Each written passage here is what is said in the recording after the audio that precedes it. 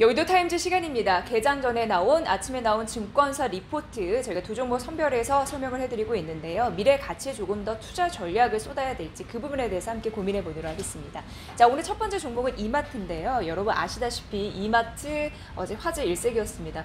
이마트가 프로야구단을 인수한다라는 소식이 전해졌죠. 그 얘기를 좀 해드리도록 하겠습니다. SK텔레콤으로부터 총 1,353억 원 규모입니다. SK 와이번스 프로야구단을 인수한다라고 공시를 했습니다. 그리고 본 계약은 2월 23일이다라고 하네요. 여러 가지 좀 보셔야 될 것 같은데요. 이 표에서 보시면 이마트가 뭐 쓱닷컴, 트레이더스, 피코크, 그리고 위드미, 스타필드 이런 부분을 하고 있는데 야구단을 인수한다라는 부분. 어제 주가는 거의 5% 이내로 좀 밀리면서 급락하면서 마감이 됐습니다. 야구단 인수에 대해서 어떤 반응이 나타날지 그리고 앞으로의 주가는 어떻게 될지 그에 따라서 아침에 증권사에서 리포트를 내놨더라고요. 잘 써서 좀 골라봤습니다.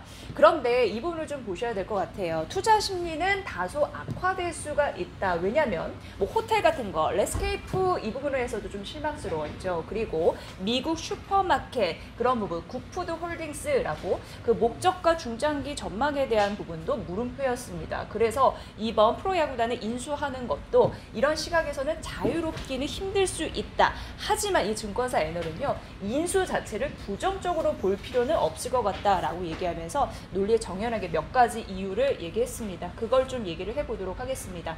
자, 우선 현금 흐름에 있어서는 첫 번째 이유인데요. 큰 제약 조건이 없다라고 얘기를 하고 있습니다.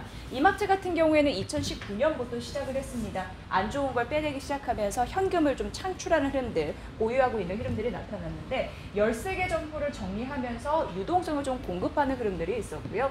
작년 같은 경우에는 마곡지구 이 부분을 좀 매각해서 5천억 원 정도 차익을 좀 냈습니다. 매각 차익을 냈습니다. 올해 같은 경우에는 가양점 매각 이슈 있거든요. 이쪽도 있고 결국 2011년 기업 분할을 했잖아요. 그러면서 올해 처음으로 순현금이 플러스 전환될 것이다 라는 예상이 나타나고 있습니다. 순현금 부분에서 문제가 거의 없을 것이다 이렇게 얘기가 되고 있는 상황인데요. 우선 그 두 번째 가보도록 하겠습니다. 부동산, 토지보다 일종의 컨텐츠 야구단, 그러니까 야구단을 컨텐츠로 보는 겁니다. 이를 보유하는 게 합리적일 수 있다라고 얘기를 되고 있습니다. 앞서서 말씀드린 대로 뭘 계속 매각을 한다고 했잖아요. 그러니까 그 부동산 산업을 매각한 걸 야구단에 쓰는 그런 느낌이 좀 드실 텐데 그런 부분, 그러니까 부동산 산업 같은 경우에는 성격이 퇴색하고 있고 향후 미래 가치를 컨텐츠에 두고 있다. 이렇게 얘기를 하고 있는 상황이고요. 최근 보면 대기업들이 이종 산업을 왔다 갔다 하면서 그 캐파를 좀 늘리고 있는 상황이 있잖아요. 그런 부분에서 앞으로의 미래 투자 가치는 핵심 경쟁력으로 생각을 하고 있을 것이다. 이런 부분으로 긍정적으로 좀 판단을 했습니다. 그러니까 리스크 요인이 좀 제한될 수 있다라는 요인으로 보시면 될 것 같고요. 이게 중요한 게 유통구조의 변화를 기업에서 인식하고 있다라는 건데 이게 여러 가지 가계 소비 지출 대비해서 그 트렌드를 반영하는 지표이거든요. 뭐 우리가 옷 같은 거 구매하잖아요. 그걸 유형 상품이라고 하는데 유형 상품은 지속적으로 떨어지지만 대표적으로 오라, 호텔, 레저 같은 거는 올라가고 있습니다. 사실 코로나19 때문에 일부 방해를 받아서이지 코로나19 이전에는 이런 흐름들이 나타났죠. 앞으로 경기가 회복되면서 이런 국면은 재차 살아날 수 있다는 가능성이 있기 때문에 그런 오라, 뭐 콘텐츠 이런 부분에서도 긍정적인 흐름들은 이어질 가능성이 있다라고 얘기를 하고 있는 겁니다. 자, 그래서 야구단 인수가 앞으로 잘 될 것이냐 이런 부분으로 한 가지 얘기를 한다면 하남 스타필드 같은 경우에도요. 당시 사람들은 별로 좋아하지 않았다고 합니다. 왜냐하면 온라인 유통 시대인데 왜 오프라인 쇼핑몰에 1조 원을 투자하냐 이런 의문을 좀 가졌다고 하죠. 그럼에도 불구하고 지금 이 시점에서 보면 하남 스타필드는 괜찮은 성장 동력이었다. 그리고 그 매출세도 이어가고 있다라고 판단하고 있는데 이마트 역시 소비자 시간에 점유한 상당한 의미를 부여하고 있는 이 전략을 이어가고 있다라는 부분이고요.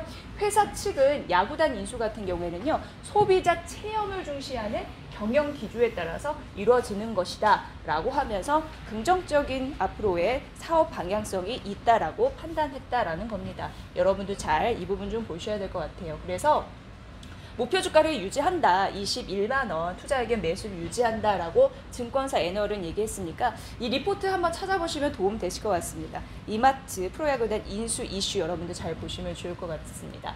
자, 이제 첨보 가보도록 하겠습니다. 첨보는 어디에다 또 투자를 할런지 만나보도록 할게요.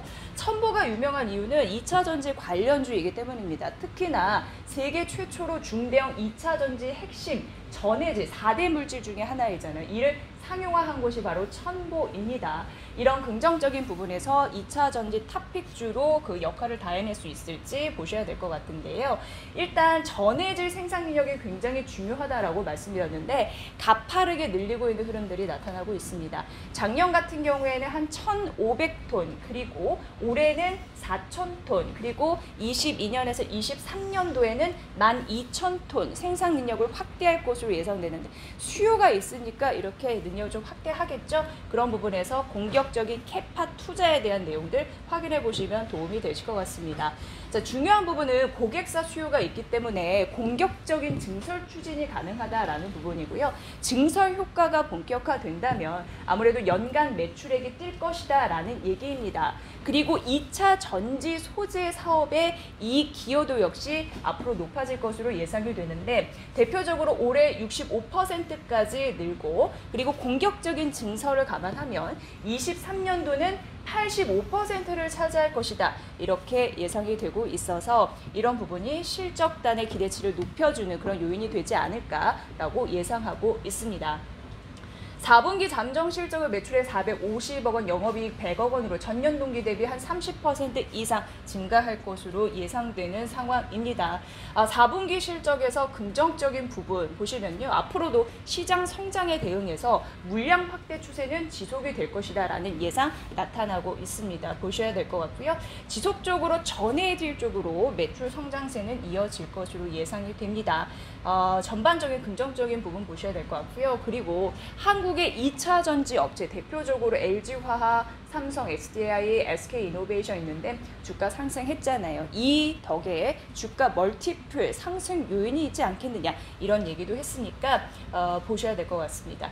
자, 그리고 첨보 목표 주가를 산출한 이유가 여기 좀 나와 있는데요. 쉽게 얘기해서는 영업 가치에 투자 자산 가치를 더했습니다. 그리고 순차익금을 뺐습니다. 그 목표 주가가 26만 5천 원이라는 얘기인데요. 이 부분도 리포트 한번 들어가시면 자세히 나와 있으니까 판단해 보실 수 있을 것 같습니다.